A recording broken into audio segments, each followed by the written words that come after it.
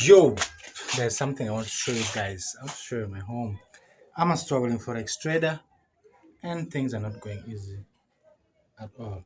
I want to leave this home as soon as I want to leave this house as soon as possible. As soon as I become profitable in forex, I want to leave this place. But forex is not that easy, guys. It is driving me crazy. You see, the wall of this house is falling every day. The wall keeps falling. Yeah, you see, it falls.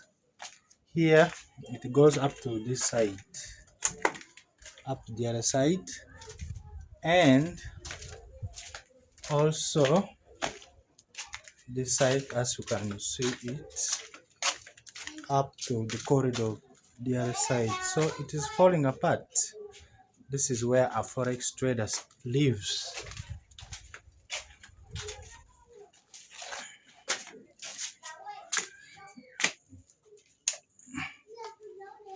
This is the house of a forex trader. This is my house. Yeah, if you can see what I've written here: London session 10 a.m. Ugandan time to 6, New York 3, yeah, to midnight. That is a house of a forex trader. I want to leave this house as soon as I am done.